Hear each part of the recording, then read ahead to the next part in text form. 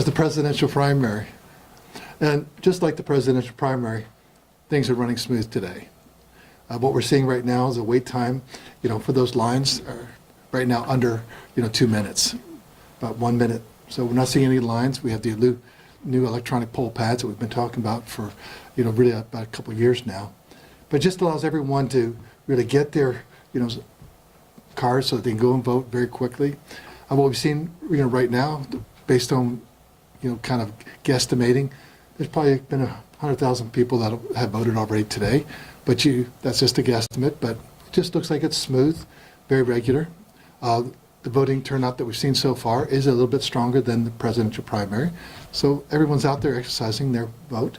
But plenty of time left, and we'll just see where it all goes from here. I'm really pleased with the ground game and what the work of the counties to be prepared for this, along with our team. Does anyone have any questions, since we're starting off so smooth? So I see someone from, is it the Atlanta Journal-Constitution? That's right. No election is flawless. Have you seen any issues crop up today across the state? Virtually none.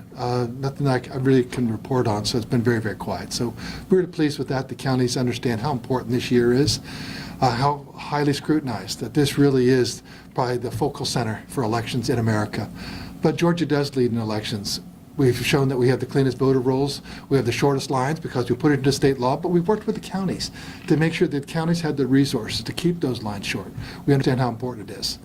The only issue we've had is obviously return of the absentee ballots, and that's really due to the Postal Service. So if that's where you are today as a voter, come out and vote in person, and the counties they'll take care of you at the precinct level so you can cast your ballot today. How is turnout compared to past elections? I know typically voter turnout can be low when we're looking at this period of election. Yeah, the challenge that we have is that 2020 was that outlier. So if you compare it to 2022, that was a gubernatorial year, not a presidential year. So you'd almost have to go back, looking at where were we in 2016 and 2018 and try and see where we are. Right now, we are ahead of the PPP. We know that much.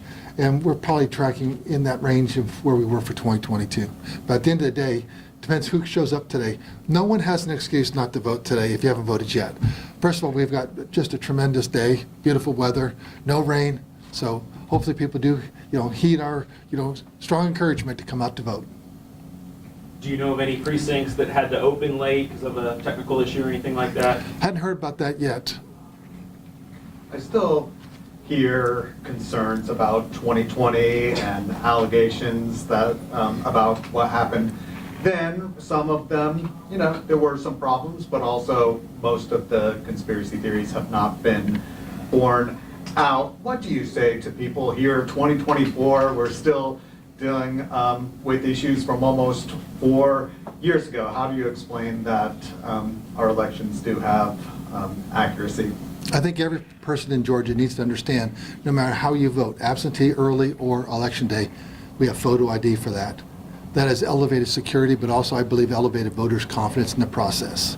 We also, with SB 202, the Election Integrity Act of 2021, require on election day that all lines are shorter than 1 hour. And right now, the line time is 1 minute. So counties have really heeded that message, done a great job, and we've worked with them, so they could structure the precinct side with the number of equipment that they have to make sure they have the throughput, so that works. And then we're having audits. We can audit any single race, and we've also put into law to do additional audits. What people need to understand what happened in 2020 more than anything else is there was about over 30,000 Republican voters that voted on the general primary day and then did not come back and voted all in the fall.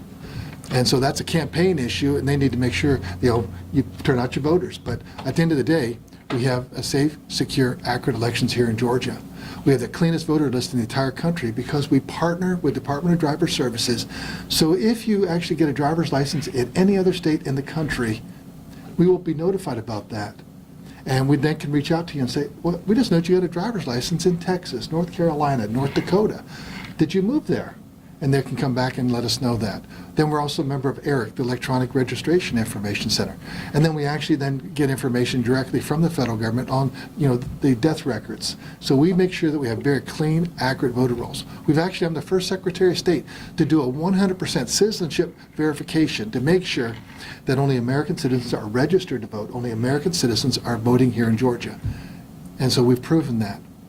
And so we fight every day. Our team, we have a strong team, we're fighting every day to let people know we have fair, honest, and accurate elections. I know there was some concern because of redistricting that it might lead to some confusion at the polls, but it sounds like we're not seeing that. Not really. I know that Macon Bibb put out, the election director put out a little, warning to everyone, check, that you're actually in the right precinct. I actually got my card yesterday from Fulton County. I already had voted early, telling me that I voted at Johns Creek High School. But those are the type of things, what district, what congressional district. Oh, I was in this district before, so I started in the 6th, then I was in the 7th, so I'm back in the 7th.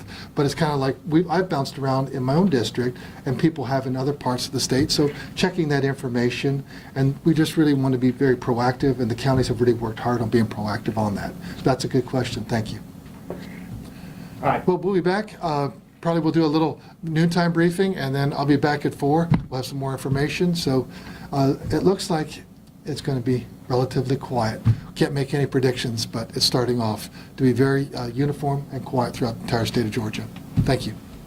Thank you. Just so you know, we're doing